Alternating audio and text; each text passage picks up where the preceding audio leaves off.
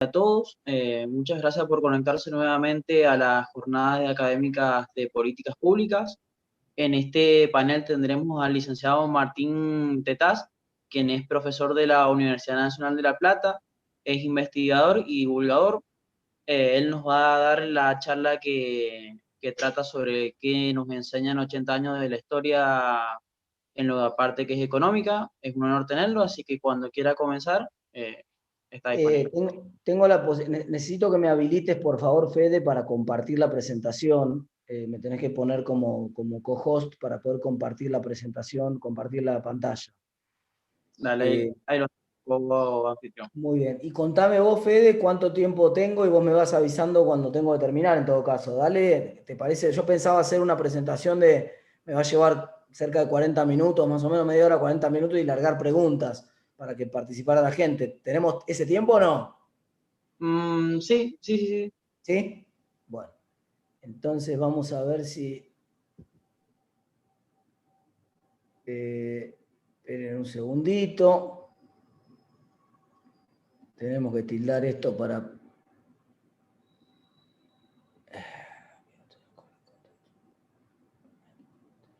Muy bien. Ahí le permitimos a la presentación ver el escritorio. Ahí lo tengo. Y ahí lo pongo en modo presentación para que ustedes puedan verlo. ¿Se está viendo bien la presentación ahí, Fede? Corregime, por favor, si se ve bien, así ya me quedo tranquilo y voy avanzando. Se ve bien, Martín. Bueno, gracias, chicos. Entonces, ok,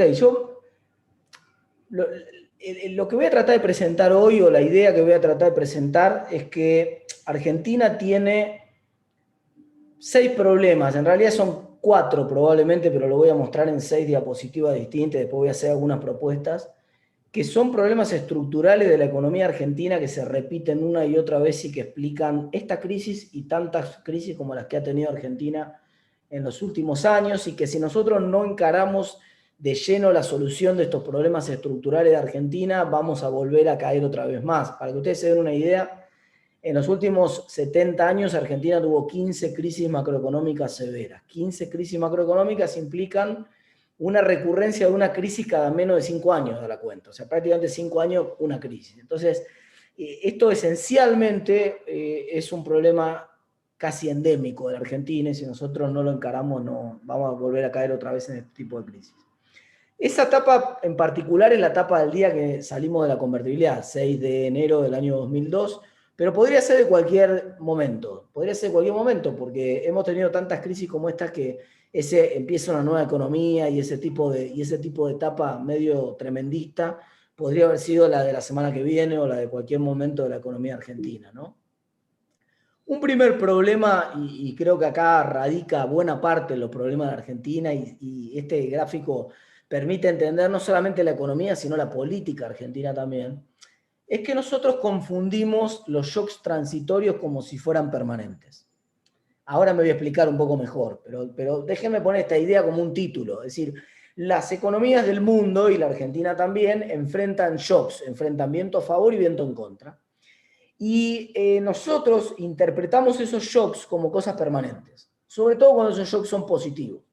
Este gráfico que están viendo acá ustedes muestra los términos de intercambio de la economía argentina de los últimos 160 años. Es uno de los gráficos de una serie de tiempo larguísima. Pocas veces en historia económica tenemos la posibilidad de acceder a datos con tanto detalle, de tanto tiempo atrás además. Y buena parte, hay un libro de Orlando Ferreres que se llama 200 años de historia económica argentina, que tiene series de datos de más de casi 200 años. Entonces, es importante ver este tipo de cosas. ¿Qué son los términos de intercambio? Los términos de intercambio, recordemos, para los que se saltearon el curso de economía o no se lo acuerdan, es la relación de precios entre lo que yo le vendo al mundo y lo que yo le compro al mundo. Para ponerlo todavía en términos más simplificados, o un ejemplo trivial, hoy el principal producto de exportación de Argentina es soja, y uno de los principales productos de importación son celulares. Pues bien, ¿cuántas toneladas de soja hay que entregar por cada celular? Esos son los términos de intercambio.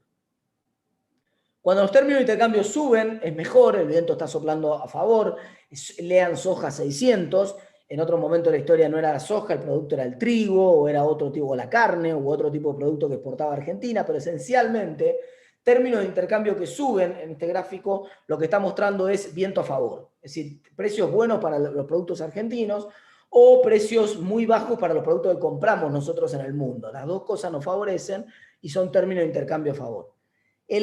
Como ustedes ven acá, desde el siglo XX prácticamente, el pico de términos de intercambio más alto de todo se da a mediados del siglo XX. Concretamente, el superciclo de commodities empieza en el año 45 y termina en el año 51. Si a ustedes esa fecha ya les está haciendo algún ruido en la cabeza, no es mera coincidencia. Es que esto explica muy bien buena parte de la lógica política argentina. Es decir, hay un shock favorable de precios internacionales, el más alto del siglo XX. Los precios internacionales fueron 35% superiores en esos 6 años que van del 45 al 51. Los precios internacionales de Argentina fueron 35% superiores a los 50 años anteriores y 35% superiores a los 50 años que siguieron. Entonces, estamos en este momento, en la ventana que les estoy haciendo mirar, 45-51, en un periodo de bonanza espectacular, de precios internacionales muy favorables para Argentina.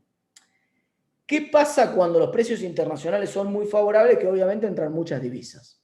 En ese momento podían ser libras, podían ser oro, podía ser dólares si era con Estados Unidos el comercio, entran muchas divisas, o podían ser derechos simplemente sobre comerciales, por ejemplo con el comercio que era con Inglaterra, que no te daban un crédito a favor en el banco inglés para que puedas comprar vos cuando quisieras bienes importados. Entonces, cuando entran muchas divisas, el precio de cualquier cosa que abunda, ustedes saben, tiende a caer. O sea, si ustedes tienen de golpe hay una cosecha espectacular de uvas, el año que hay una cosecha espectacular de uvas, el precio de la uva cae.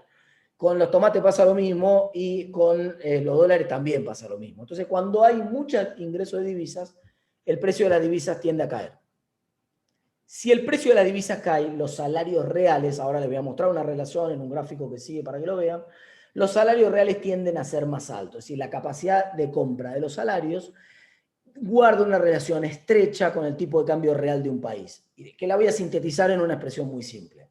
Dólar barato, salarios altos; dólar alto, salarios bajos. Esta es la relación muy simplificada.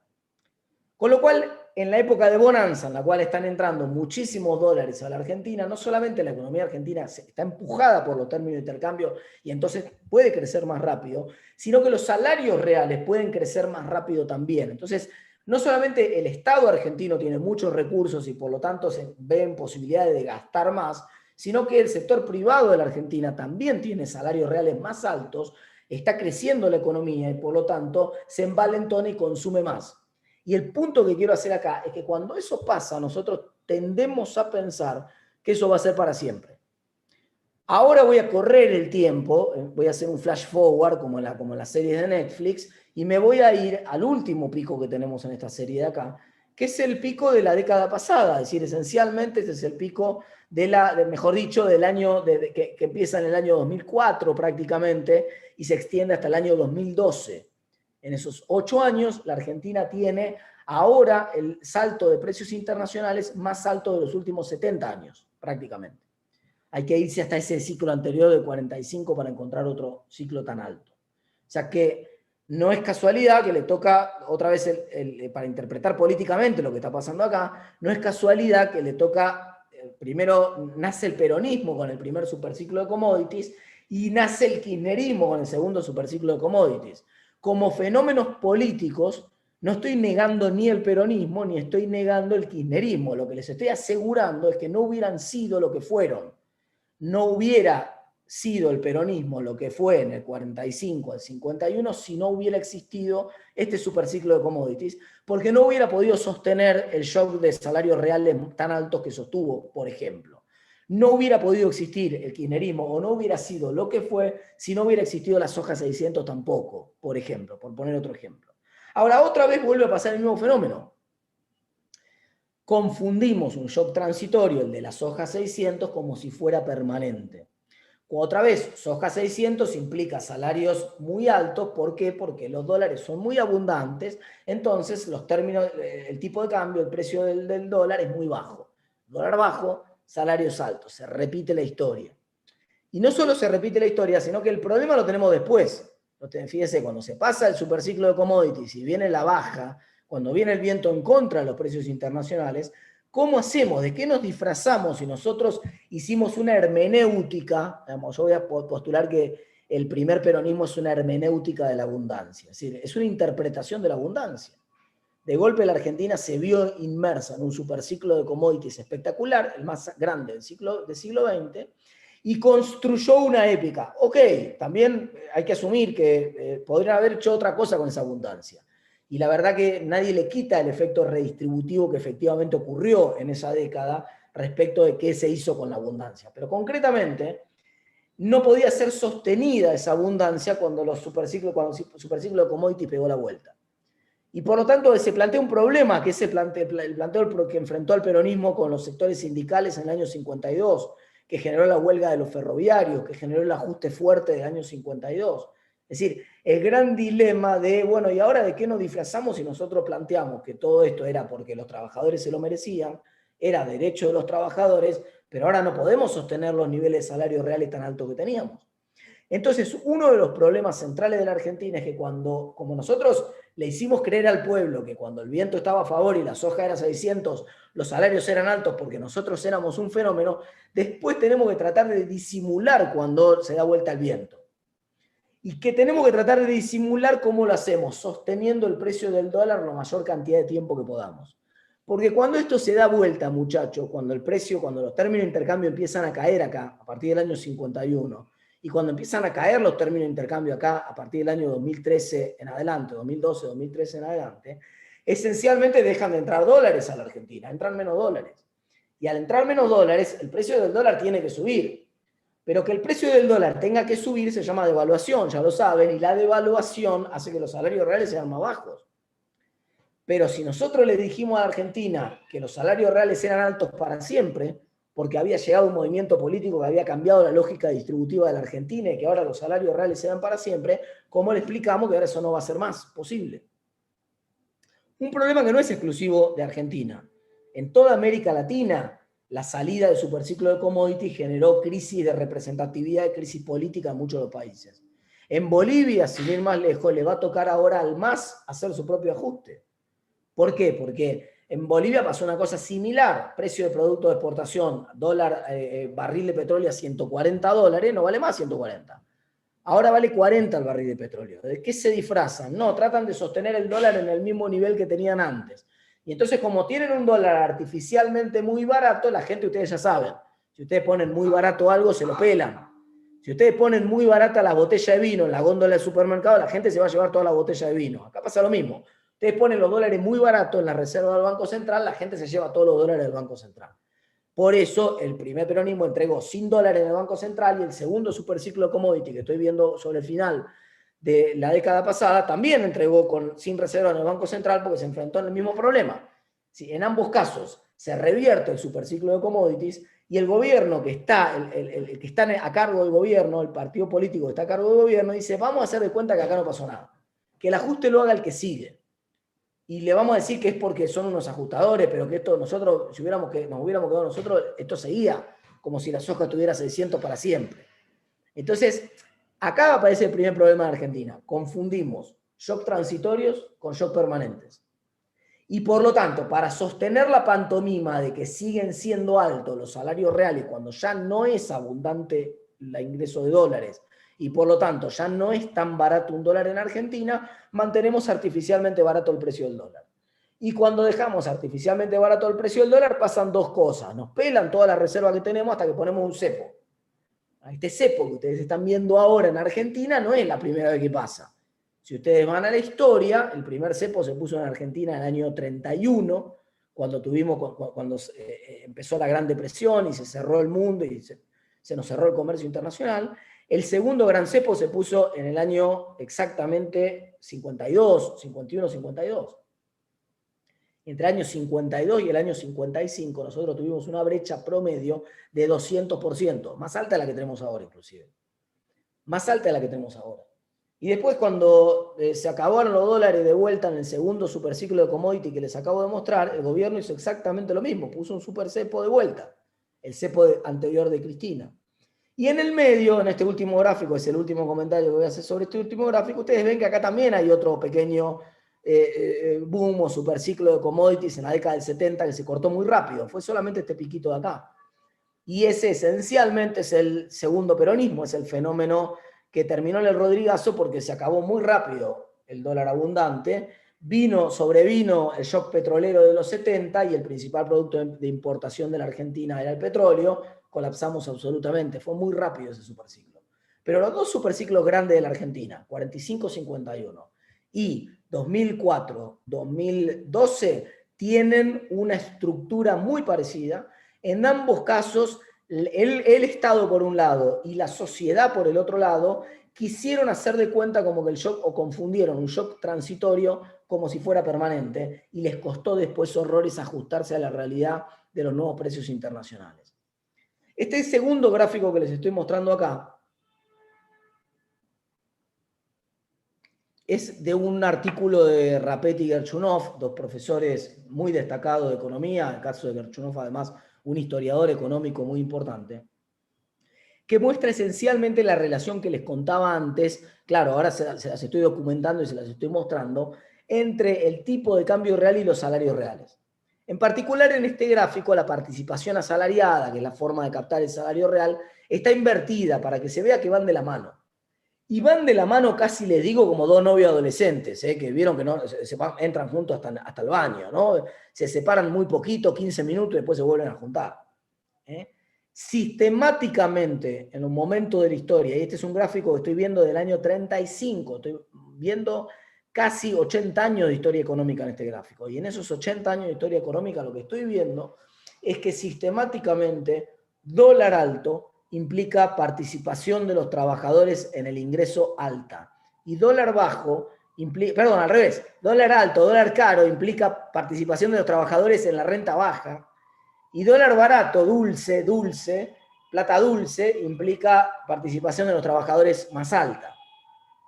Ahora, si ustedes están en el gobierno, y yo les estoy mostrando este gráfico, y ustedes quieren ganar elecciones, ¿no? Porque vamos al modelo positivista, que sostiene que el gobierno no es benevolente y quiere la escuela public choice, estoy pensando un poco, que lo que plantea es la idea de que el gobierno quiere ganar elecciones. Esta gente llegó a la oficina para ganar una elección. Si quieren ganar una elección, ¿ustedes qué quieren? ¿Si quieren salarios reales altos o quieren salarios reales bajos? No, obviamente quieren salarios reales altos. Incluso cuando sepan que no son sostenibles en el tiempo, porque mientras a ustedes les deje ganar la elección, si llegan a perder, les toca devaluar al que viene, verán lo que pasa después. Pero el segundo problema que generó esto es que, además de los superciclos de commodities que mostré en el gráfico anterior, los gobiernos sistemáticamente tratan de no devaluar.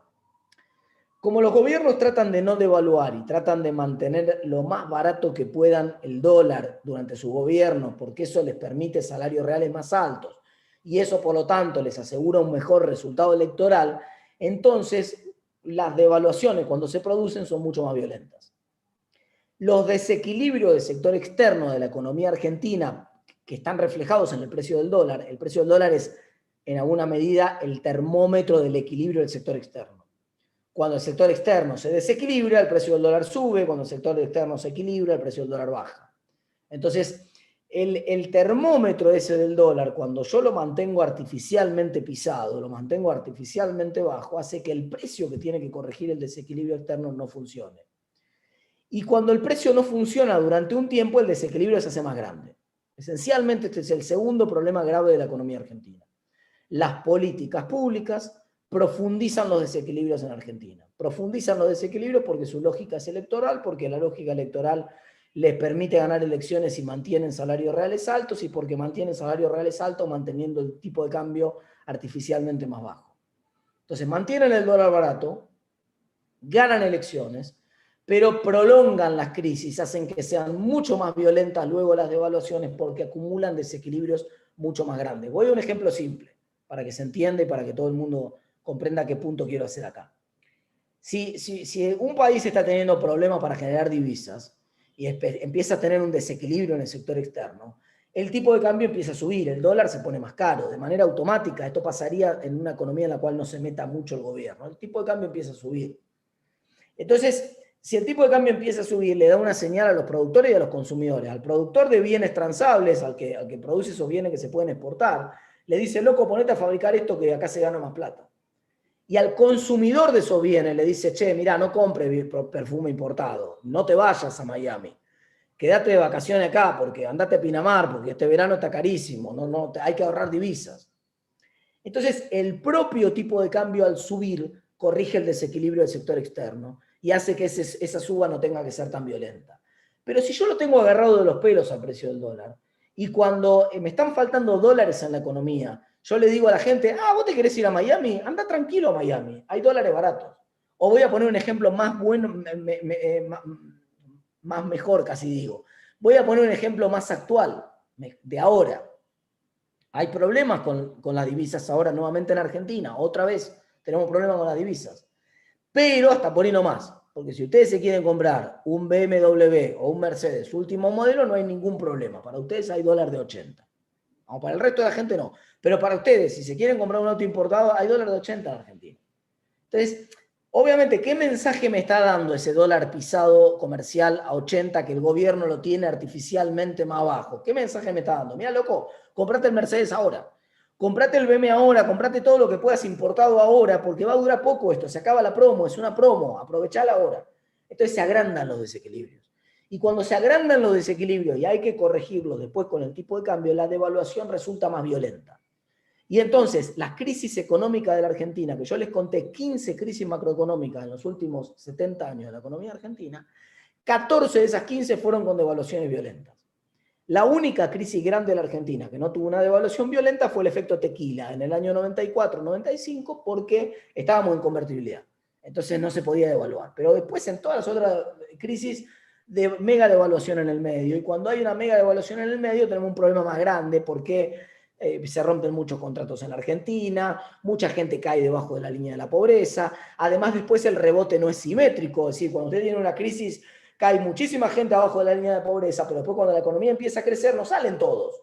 Hay una trampa de pobreza en la cual quedan entrampados un montón de argentinos. Entonces, las sucesivas crisis que ha tenido Argentina en estos últimos 70 años han ido construyendo un colchón de pobreza estructural cada vez más grande en la Argentina, que con cada crisis queda más gente debajo de hundida en esa trampa de la pobreza.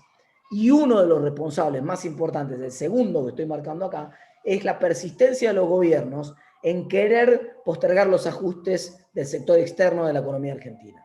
Cuando el sector externo se está quedando sin divisas y los gobiernos tienen que reconocer eso, devaluando y dejando que el dólar corrija esa escasez de divisas, en vez de hacerlo, postergan esa devaluación y para cuando ocurre la devaluación es más dramática, más violenta, genera que nadie quiera tener pesos en Argentina, genera la bimonetariedad de la cual hablaba la presidenta en su carta hace muy poquito. Entonces, esencialmente es un segundo problema. Tercer problema. Este gráfico que están mirando acá es el gráfico del déficit fiscal de la Argentina en los últimos 60 años. Gráfico del déficit primario, es la línea azul, cuando le agregan el pago de intereses, es la línea gris, un déficit todavía más profundo ahí, ¿no? Y una constante de este gráfico es que salvo periodos muy concretos durante el plan austral, en algunos primeros años de la convertibilidad y en los primeros años del kirchnerismo, después en general, sistemáticamente la economía argentina tiene déficit. Sistemáticamente tiene déficit. Es decir, hay un problema estructural. Ustedes van a ver que muchos países del mundo tienen déficit en los años recesivos. Y después, en los años que hay expansión de la actividad económica, pagan ese déficit. Ese déficit se va acumulando en la deuda. La deuda es la consecuencia de muchos déficits anteriores que se fueron acumulando. Entonces los países se endeudan cuando están en una recesión, aumentan el déficit, no hay ningún problema con eso. Pero después, cuando se termina la recesión y empiezan a crecer, bueno, ya no están más en déficit, empiezan a tener superávit y normalmente pagan su deuda. Eso es lo que normalmente pasa en el mundo, salvo en Argentina. En Argentina tenemos un déficit fiscal estructural. Sistemáticamente gastamos por encima de nuestras posibilidades Esto también tiene un origen en la construcción, en la forma en que se construyó un estado de bienestar en Argentina. Es decir, a salida de la Segunda Guerra Mundial, sobre todo, un avance muy importante del estado de bienestar en Argentina, también con el primer peronismo, punto importante que siempre hay que reconocerle al primer peronismo, es un avance que se había producido en el mundo de todas maneras años antes y en algunos países se produjo también en Europa del Este en la posguerra, es decir, en muchos países se empezó a producir también en esa época.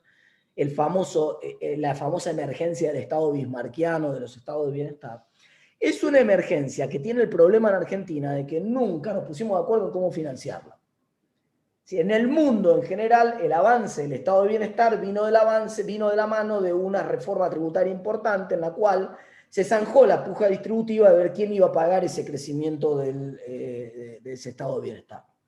En Argentina nunca hicimos esa segunda parte. En Argentina lo que hicimos fue financiar la expansión del estado de bienestar con emisión monetaria.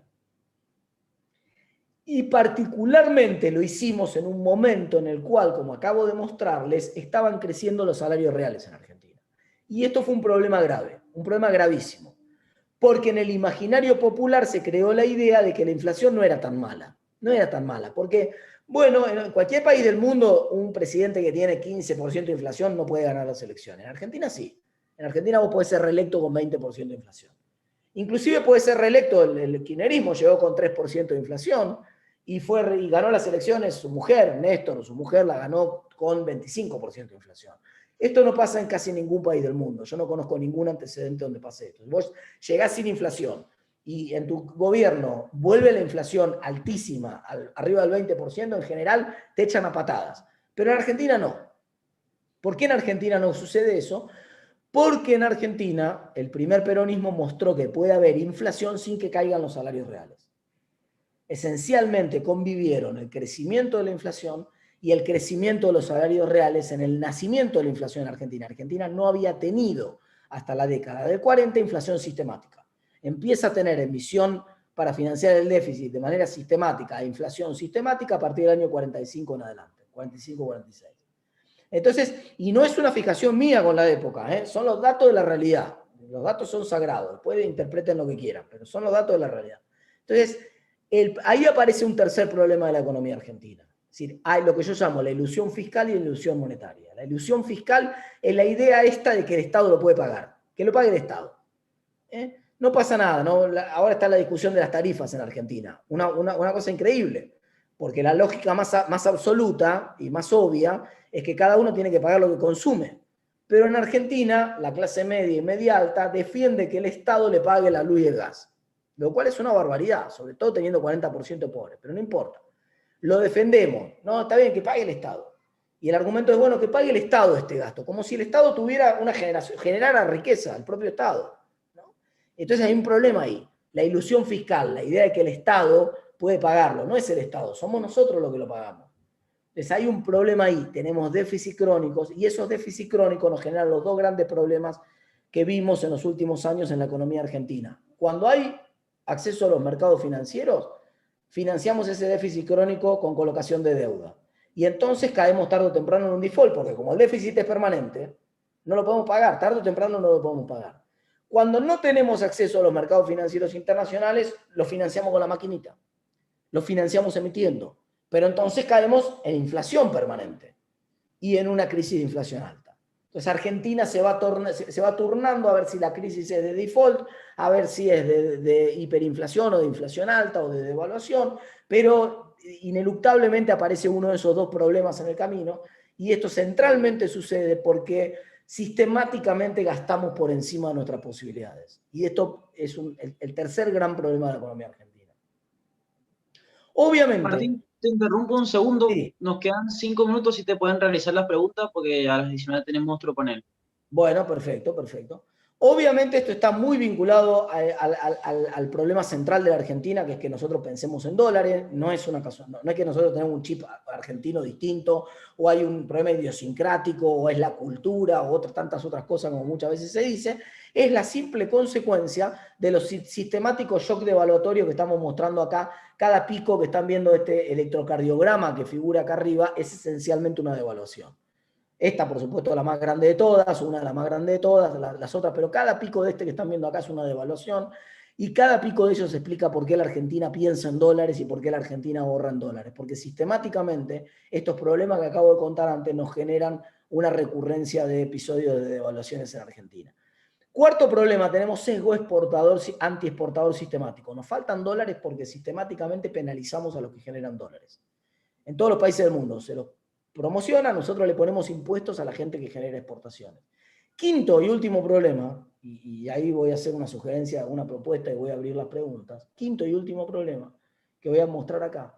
Nosotros encima aumentamos muchísimo el peso del Estado sin aumentar lo que genera el Estado del otro lado, es decir, sin darle más productividad a la gente. Y entonces le pedimos a los productores que agreguen valor. Decimos, bueno, hay que exportar valor agregado, pero el problema es que para agregar valor hay que agregar Estado en Argentina. No se puede agregar valor sin agregar Estado. Y esto que en el resto del mundo está resuelto, que si vos producís para exportar no pagás impuestos, en Argentina no.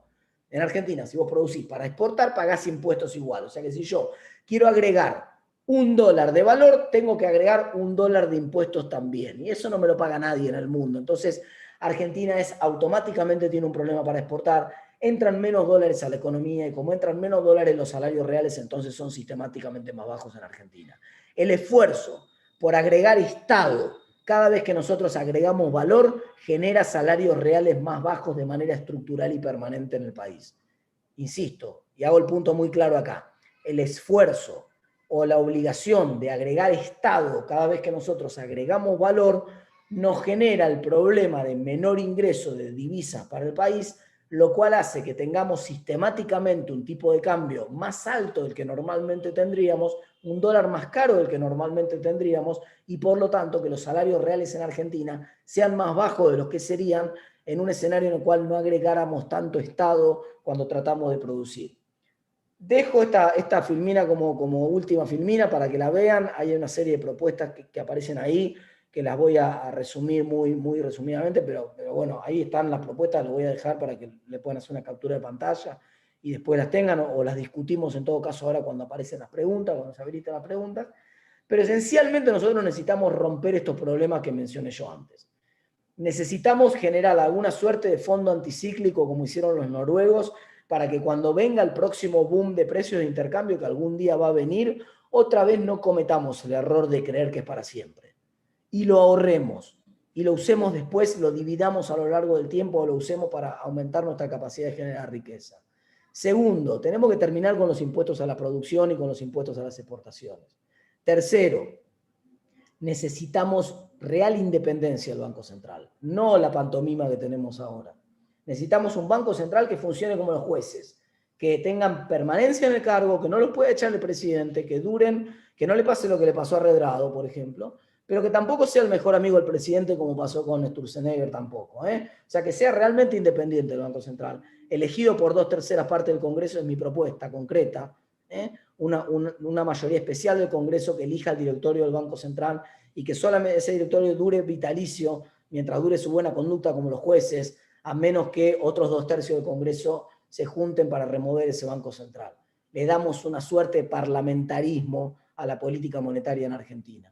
En fin, finalmente hago una última propuesta, chicos, que tiene que ver con el tema del modelo de flexiseguridad laboral. Por ahí en las preguntas lo explico un poco mejor, pero esencialmente es el modelo danés. Es el modelo que funciona en Dinamarca, así funciona el modelo de seguridad social en un país nórdico, que es una socialdemocracia europea, que civilizadamente encontró el equilibrio entre promover los empleos y cuidar a los trabajadores. Ese equilibrio se llama flexiseguridad y yo estoy convencido de que nosotros podemos ensayar un modelo parecido en Argentina. Gracias, chicos. Entonces, abrimos las preguntas. Muchachos, quedo a disposición de ustedes. Muchas gracias, Martín, por tu exposición, y te voy leyendo las preguntas que nos fueron dejando. La primera nos la dejaron en YouTube y nos dicen, ¿cuántas salidas hay de esta crisis económica? A ver, de esta puntual en la cual estamos ahora, hay múltiples maneras de salir, múltiples. Siempre hay múltiples maneras de salir. Todos los puntos que estoy haciendo yo acá hacen a las cuestiones estructurales de la Argentina, que si nosotros logramos resolver, vamos a evitar caer sistemáticamente en sucesivas crisis. Ahora, ¿sabemos que vamos a salir de esta crisis? Sí, porque ya estuvimos los últimos 70 años en 15 crisis iguales. ¿Qué factores se requieren? Bueno, hay un factor de afuera, que no lo controlamos nosotros. Esta es una crisis global, no es solamente en Argentina. Entonces, en el mundo, para que se estabilice el mundo, se requiere, o hay una sola condición, y es que aparezca la vacuna. Hasta que no aparezca la vacuna en el mundo, no se va a terminar la incertidumbre global respecto al coronavirus, primer problema. Pero segundo, en Argentina tenemos nuestras propias incertidumbres para salir, y hay múltiples caminos. Hay gente que dice, mira, muerto el perro, se acabó la rabia, dolaricemos. Una posibilidad. Hay gente que te dice, no, mirá, el giro que está dando el Guzmán ahora a la ortodoxia, mostrarse más prudente en el manejo de las cuentas públicas, alcanza. Otra posibilidad.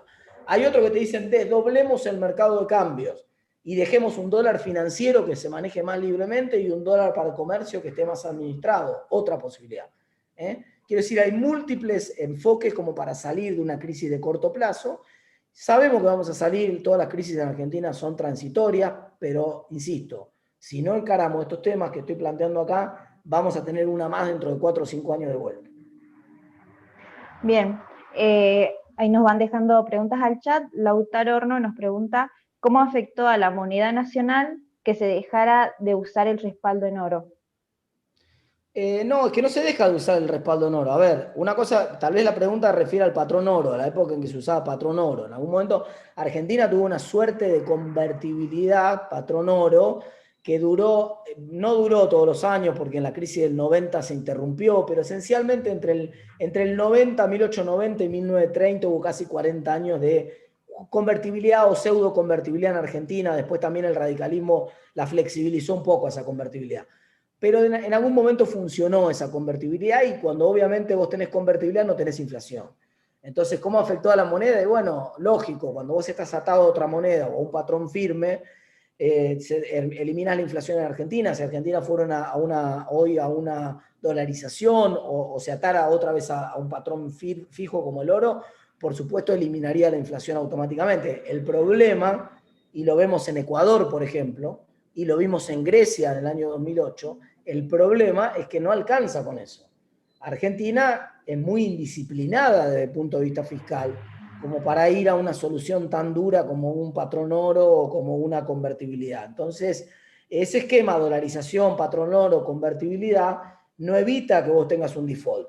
Y no evita una crisis como la que nosotros tuvimos en el 2001, como la que tiene Ecuador ahora, como la que tuvo hace poco Ecuador o como la que tuvo Grecia. Bien. Agustín Miranda nos dice si podés explicar el mecanismo anticíclico FGS que figura en la filmina.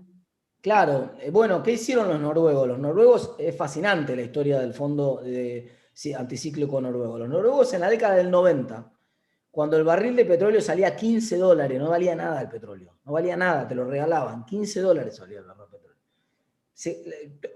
Toda la dirigencia política noruega, hubo un acuerdo político en Noruega y dijeron, che, hoy sale $15 y si en algún momento sube el petróleo, ¿por qué no nos ponemos de acuerdo ahora? Siempre es más fácil comprometerse a hacer un acuerdo cuando ese acuerdo es contingente o es a futuro, porque no hay que sacrificar ninguna posición política ahora, ni hay que sacrificar ninguna caja ahora. Cuando empieza a subir el petróleo o cuando empieza a subir la soja, nadie quiere guardarla. Todo el mundo la quiere reventar en ese momento, porque todo el mundo, el que está en la oficina, quiere ganar la próxima elección, etc. Entonces, es muy difícil construir un consenso cuando ya estás arriba de la ola. Pero cuando todavía no la tenés a la ola, y es una hipótesis por ahora, es más fácil ponerse de acuerdo. Uno puede decir, por ejemplo en Argentina ahora, ¿no? Podría decir, che, si otra vez la soja pasa de $500 la tonelada, que hoy por hoy es una eventualidad muy improbable, por ahora, pero podría ocurrir en algún momento, ¿por qué no ahorramos lo que sobre? Lo que pase por arriba de 500, ¿por qué no lo ahorramos? ¿Por qué no formamos un fondo de estabilización con todo eso? Eso hicieron esencialmente, eso hicieron los noruegos con el petróleo. Claro, el petróleo lo hicieron cuando el petróleo valía $15 el barril, y el petróleo se fue, en este superciclo de commodity que les mostré antes, a $140 por barril, se multiplicó por 9 el precio del barril. Fue un boom espectacular. Todo eso que rebalsó el petróleo, multiplicándose por 9, lo guardaron. Y lo invirtieron afuera, en el exterior. Esto es muy importante, no hay que invertirlo en el país, hay que invertirlo en el exterior. ¿Por qué? No porque yo sea cipayo, sino porque si no, no es anticíclico ni estabiliza nada. Si yo pongo todos los huevos en el mismo camión, cuando el camión choca, por más que estén en distintas canastas, se rompen todos los huevos. El arte de la diversificación es no solamente que los huevos vayan en distintas canastas, sino que las canastas vayan en distintos camiones también. Entonces los noruegos invirtieron todo en el exterior, en distintos países, en distintos instrumentos y proyectos financieros del mundo y de la economía real, pero en el resto del mundo. Entonces, si ellos tienen una crisis porque se cae el precio del petróleo ahora, no pasa nada. Porque tienen un fondo que está en condiciones de proveerles una renta, no gastarse el fondo, una renta de $6.000 anuales para cada noruego. No sé si hay más preguntas, pueden abrir el micrófono y preguntar. Ahí le iba a hacer una pregunta yo a Martín. Te Dale, quería Fede. preguntar más que nada en cuanto a la confianza en la moneda. Siempre, en los últimos 80 años, se han cambiado varias veces la moneda argentina debido a la desconfianza y ahora en la actualidad hay una desconfianza bastante grande hacia la moneda argentina, de donde se quiere invertir más que nada las monedas extranjeras, debido a lo que pierde valor tan rápidamente. Si vos crees que esto puede desembocar nuevamente a cambiar el cambiismo de moneda o faltaría. Lo que pasa es que, a ver, digamos, cambiarse el nombre solamente, viste, esto es como si yo tengo un problema con mi pareja y entonces, porque no funciona la relación con mi pareja y se perdió la confianza, porque la confianza, por eso estoy eligiendo el ejemplo, es muy parecido. Y yo creo que porque vaya a la peluquería y vuelva con el pelo cortado, la confianza va a volver, digamos. No va a ocurrir esto, no va a ocurrir esto. Cierto es que hay que cambiar la regla de juego y que hay que cambiar el régimen monetario para que vuelva la confianza. Eso es cierto, hay que cambiar todo el régimen monetario. Y cierto es que muchas veces que se cambió el régimen monetario en Argentina, también se cambió el nombre para que no quedara ninguna duda de que cambiaba el régimen monetario en Argentina. Entonces, cuando Alfonsín hizo la reforma en el 85, armó el Plan Austral, digamos, terminó. No solamente hizo una reforma importantísima desde el punto de vista económico y monetario, sino que además cambió el signo monetario y le puso austral a lo que antes era peso moneda nacional o lo que fuere. Y lo mismo hizo después Menem y Cavallo cuando hicieron la convertibilidad. Entonces pusieron el peso argentino y terminaron con el austral. Y eso esencialmente no es que eso fue lo que construyó la confianza, digamos, la convertibilidad fue la que construyó la confianza, el plan austral fue el que construyó la confianza. Como un corolario o como un elemento más para convencer a la gente, che, miren, tomen nota que acá está cambiando el régimen monetario, de paso también le cambiaron el nombre. Entonces, ahora, si vos solamente cambiás el nombre y pensás que eso va a cambiar algo, no pasa absolutamente nada. Bien, Martín, yo te quería preguntar de qué tan bueno sería para los argentinos tener una moneda común con los países Bueno, de depende con Sudamérica. quién. Primero depende con quién, ¿no? Primero depende con quién. Porque vos cuando cedés soberanía monetaria y vas a una moneda común, no es lo mismo ceder soberanía monetaria si al otro le pasan, con el que vas a ir a la moneda común, le pasan la misma cosa que la que te pasan a vos. Voy a poner un ejemplo trivial, pero para que se entienda esto. Cuando vos te vas a vivir en pareja, también cedés soberanía. Todas las decisiones ahora hay que tomarlas de a dos. Antes las tomaba vos solo porque eras soltero, estaba tranquilo. Una de las soberanías que hay que ceder es la del control remoto. Entonces, antes vos elegías lo que veías, ahora hay que ponerse de acuerdo entre los dos. Muy bien. Ahora, ese problema de ceder la soberanía del control remoto no es ningún problema si a vos te gustan las mismas cosas que le gustan a tu pareja. No hay ningún problema que elija él o ella lo que vas a ver vos, si lo que ven juntos les gusta a los dos. El problema es si a ella le gusta el fútbol y a vos te gusta la política, entonces se van a matar. Porque entonces, ¿qué miramos? ¿Miramos los Leucos o el partido de Argentina? ¿Me explico? Entonces, el problema con la moneda común pasa lo mismo. Si vos vas al dólar, te vas a la moneda común, la dolarización es ir a la moneda común del dólar, por ejemplo. Vos vas al dólar, a la dolarización. Por ahí a vos no te pasan las mismas cosas que le pasan a Estados Unidos. Si Estados Unidos tiene un shock en un momento que necesita devaluar y se produce una devaluación, cuando vos no la necesitas, a vos te desacomoda completamente. Y viceversa, vos por ahí necesitas una devaluación porque vale poco la soja en el mundo y necesitas reflejar que tenés menos productividad devaluando, pero por ahí en ese momento Estados Unidos está yendo bárbaro y no quieren devaluar. Entonces, vas a una moneda que no tiene nada que ver con vos. Este es un problema. Ahora, si vos vas a la moneda con Brasil, bueno, ahí tiene otro color, porque a Brasil generalmente le pasan más o menos las mismas cosas que nos pasan a nosotros. lo afectan los mismos shocks de precios internacionales, lo afecta lo mismo la tasa de interés que a nosotros. Entonces, ahí tiene otro color un poco más interesante. Pero, digamos, tampoco resolvés todos los problemas. Vuelvo al mismo ejemplo que daba antes con ir a una convertibilidad o dolarización o a patrón oro. Vamos, eliminás la inflación, sí. Bajás el riesgo país, sí. Bajás la tasa de interés, sí. Bajás el costo de transacción con ese país con el que tenés la moneda común y por lo tanto hay mucho más comercio internacional con ese país también. Ahora, ¿ganás disciplina fiscal y de golpe vos sos la Madre Teresa de Calcuta? No, lamentablemente no. Y eso es un problema. Bien, nos dejan otra pregunta. Agustín Miranda dice si existe la posibilidad de regular los altibajos cíclicos mediante la industrialización. Pregunta por si existen precedentes internacionales que hayan logrado la estabilidad mediante la inversión en esa materia. Claro, a ver. Los ciclos económicos, la volatilidad de los ciclos económicos tiene múltiples causas. Una de las causas de volatilidad de los ciclos económicos la mostré en la primera filmina, son los precios internacionales. Sí, cuando vos tenés boom de precios internacionales, obviamente tu economía vuela.